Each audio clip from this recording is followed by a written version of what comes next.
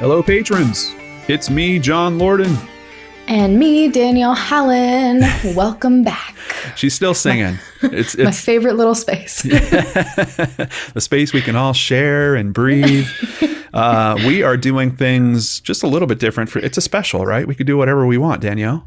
Yep, we sure can. So, my life motto. Yeah. Have you That's probably why I'm always in trouble. Have you ever done an unboxing video on your channel? I haven't. I've done like a mini unboxing on Instagram before, but I've never actually done an unboxing like video. But I love to watch them. It's so fascinating. Yeah, I've never done unboxings either. But we have a box here that was sent from someone you might know, and fans of Crime After Crime might know. This came from Anthony Curcio, DBTuber.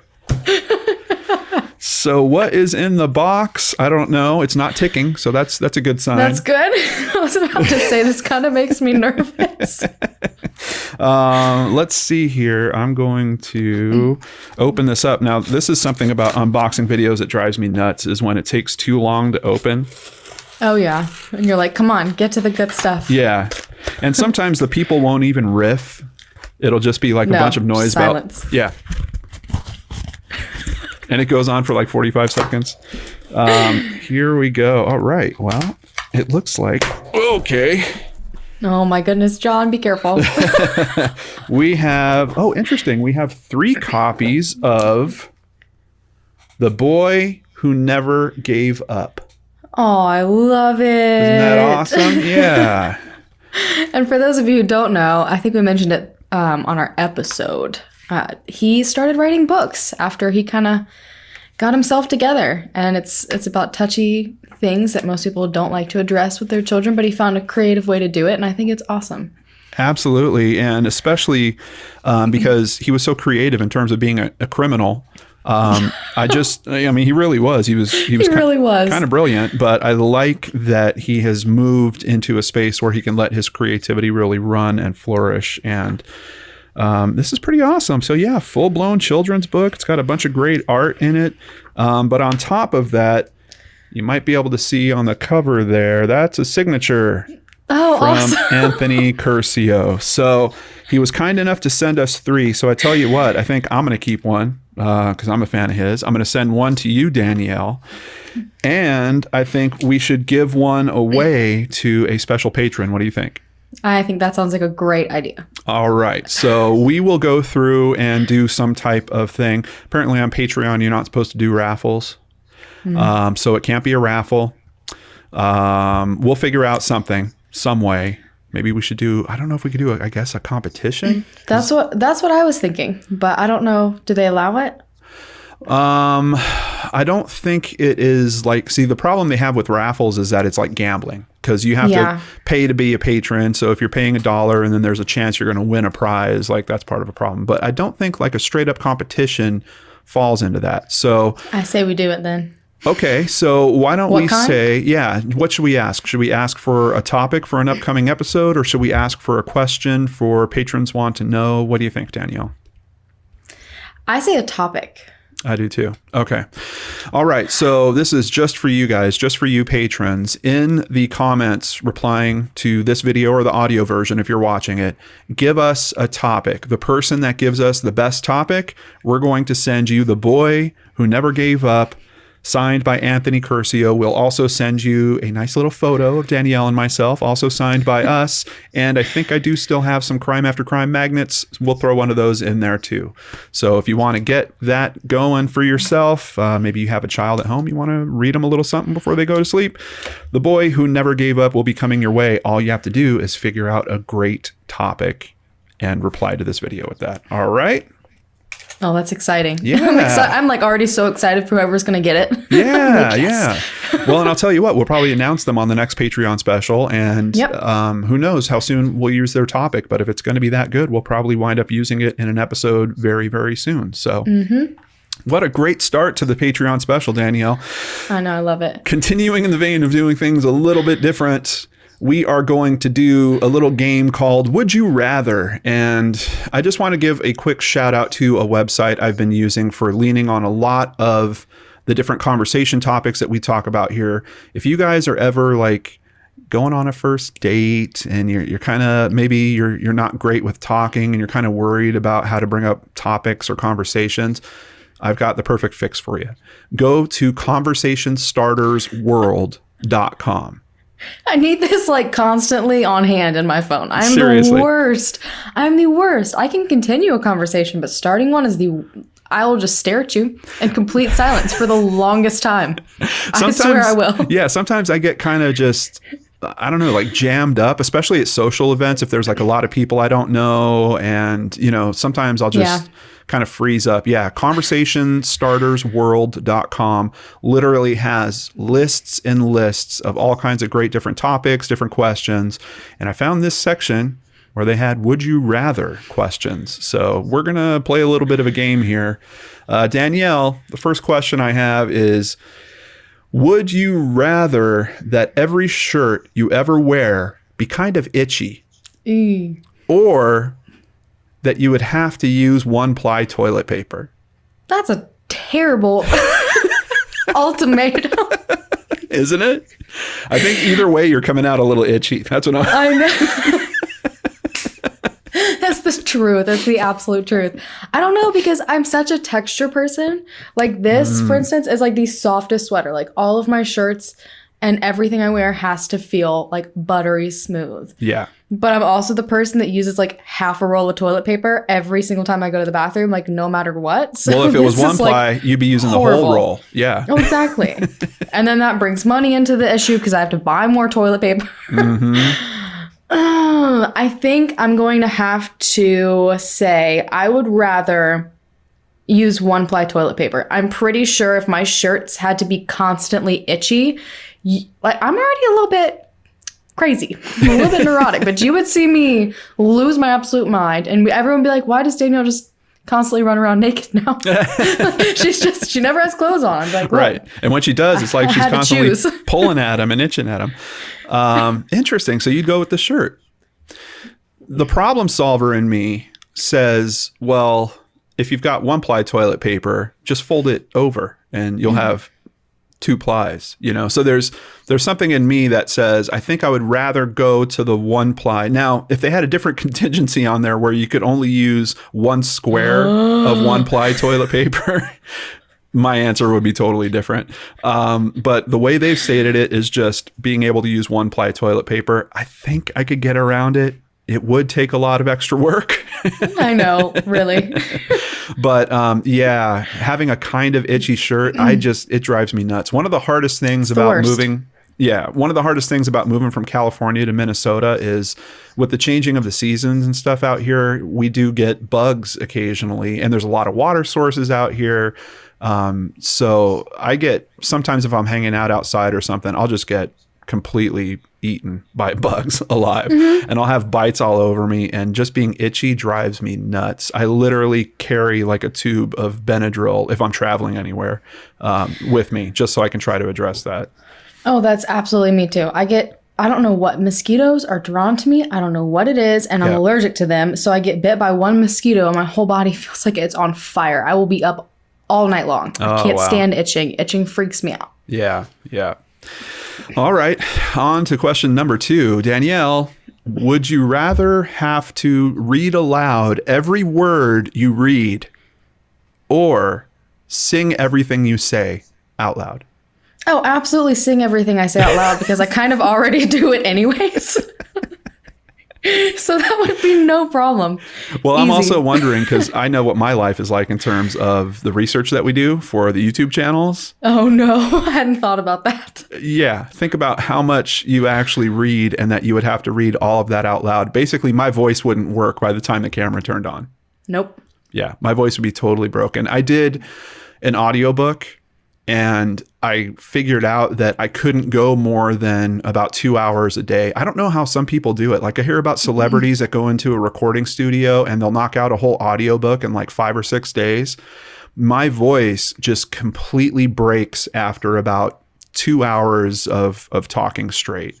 And it breaks in a weird way. That's the other thing, was I was producing the audiobook myself. So I would have like a chapter that I'm recording yesterday. and I'm listening to it today, and all of a sudden there's a word I got wrong, and I'm like, oh, it's called a punch in, but basically you can record just that word right into the track. And I would do punch-ins and I'd be like, oh my God, why is my voice so different? Because today it's rested and now it's all nice and deep again. And yesterday I was at the end of the run of that recording session and it was all tinny and wispy. It's a crazy thing. So if I had to read every single word, yeah, I couldn't do it. Your voice would fail at some point. Yeah. I'm used to talking, so I think I'd be totally fine, honestly. But yeah, I'd rather just sing. Yeah. I guess I would have to. I wouldn't have a choice. I would have to go with sing everything that I said out loud. And maybe that would get me more subscribers. What do you think? A true crime song every 3 days a week. Oh, people would lose it. Yeah. Well, for question number 3. Oh gosh, here we go. We're starting now. I'm going to start it now. Would you rather be compelled to high five everyone you meet or be compelled to give wedgies to anyone in a green shirt? That one's easy for me too. I would absolutely give everybody a wedgie, and I would probably laugh every single time. Now, it's only green shirts, so you have That's fine. My personal trainer today at the gym was wearing a green shirt. I could have gotten him in a heartbeat. Wedgie. Really? I don't know. I don't know if I can give wedgies. I feel like someone would be like upset, and I'd give That's why someone. you gotta run fast. Yeah. I'd give someone a wedgie, and all of a sudden there'd be a fist flying at me. I think I would have to go for high fives. And when I first saw this question, I kind of thought about it, and I'm like, it would be kind of cool. Like, hey, there's that guy. Hey, what's up? He's always high-fiving people. Yeah.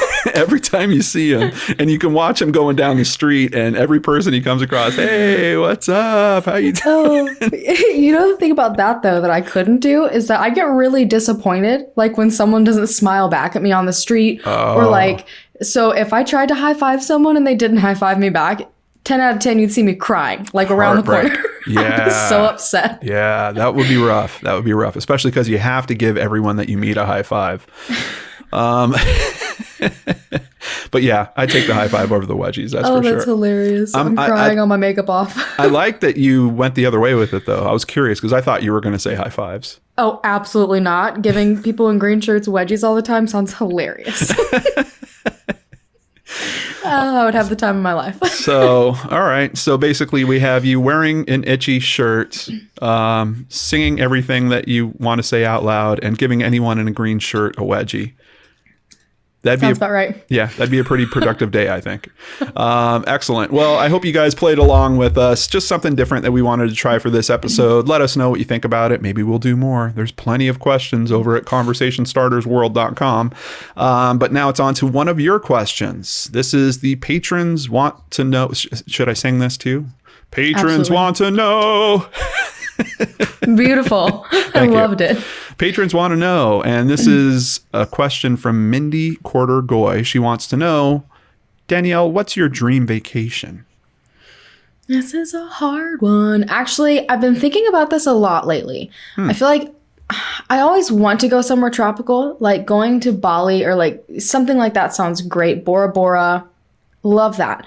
But lately, my dream vacation is to actually get like an RV or a camper and just like drive all over the United States. Oh, interesting. And see as much as I can. It's actually a lot cheaper than I thought it would be. Oh, you've gone that far. You're looking into it. Oh, I've absolutely gone that far. Wow. Yeah, you can rent like an RV that will sleep 6 people for, I think it was like around $1,000 for a whole entire month. Wow, that's not Obviously, bad at all. A lot of gas. But if you think about the places you could go and stop at along the way, and think about having to pay for like flights to every single one of those locations and hotels and everything, it's a lot cheaper.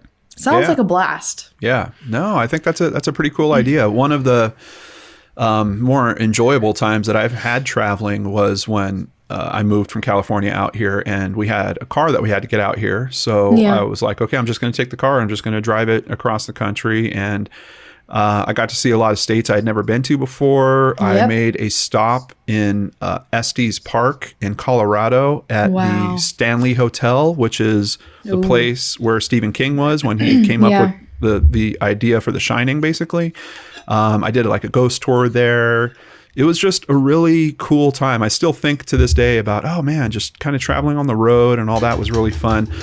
There's also a YouTuber I watched. He used to do this. His name is Adam the Woo. And he literally bought a camper, and every day of the week he would just go to some different, little sideshow attraction somewhere and film a video about it and post that. And then the next day he'd go somewhere else. And I think he did like 5 years of content, 7 days a week. It was insane. That's insane. Yeah. That's crazy. But Yeah. imagine how much you would see. It's like, I mean, Yeah. vacations themselves are nice when you go to like an individual place, like a certain location. But if you could kind of pick and choose and go all sorts of places over a more extended period of time, that sounds awesome. Yeah, Like, and I think absolutely awesome. I think the things you bump into along the way that you didn't expect Yeah. are part of the enjoyment as well. And that's something that at least I felt during that long drive. For me, vacation places, like I don't have a real tropical thing. I'm not like a beach person. I'm not really a water person.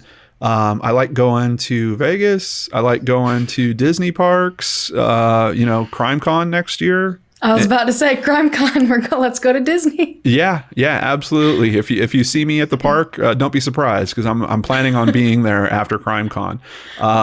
So yeah, it's weird. I really don't have something that I think of and go, oh wow, I really want to do that. Have you ever been to Hawaii? I haven't, but that is one place that I will say I really want to go. But I almost Yeah. feel like I'll be disappointed, and I don't know why I feel that way. It's somewhere I really want to go though, but I don't know. I don't know much about it or like the Yeah. different locations. So I feel like I'd probably, knowing me, pick like the worst possible place I could go to and then not have a good time. I know that's a common one for people, so it's just one that kind of springs to mind. Yeah. And I do think it's something that I'm going to try to get done within the next couple of years. I don't know, maybe it'll change my mind, but for me right now, going to Orlando sounds really good.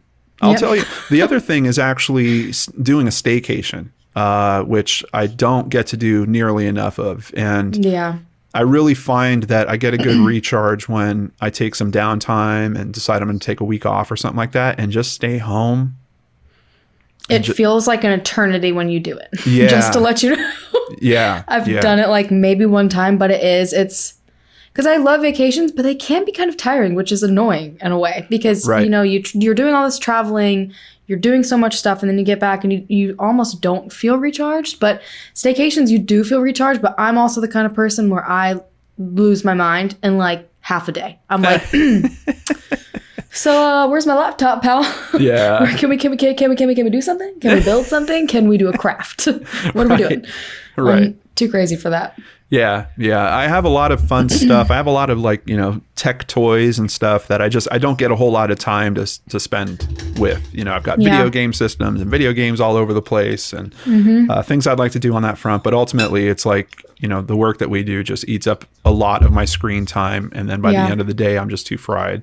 Although I am playing Gears of War 5 right now and loving it. I know I'm finishing up Red Dead Redemption 2 right now. I had taken a huge pause and then I started playing it again and I was like, I miss this game so much. Yeah. And I have about 105 hours in on Assassin's Creed Odyssey and I still haven't Wow. finished it. I love that game. I'm trying to do every little weird side mission I can. But yeah. I'm the same way. If it's a game where you can do you can either pick like the big chunks of it, like the storyline and do it. Right. I do every single thing. You're missing stuff. You can't do that. I know. And especially the way that game's laid out, it's like very Yeah. episodic. Like you can do a little side Yep. mission and it's like, oh, that felt like a little 30-minute adventure. That's great. So yeah, my dream vacation is in Rome in Assassin's Creed Odyssey, apparently. That is where I'm trying to get back to. Do you guys have any other questions for the Patreon special? Let us know. You can add those in the comments down below. I keep track of all those as well. And maybe your question will get picked for an upcoming episode. It's that time where we want to thank new patrons. See, the singing thing is really catching on. We'll start I'm telling with, you. Yeah, we'll let Danielle start off the list here. Okay, huge thank you to Jenna P. And thank you to Stephanie Coons. Eric Gumble, thank you. Danny Umar, thank you.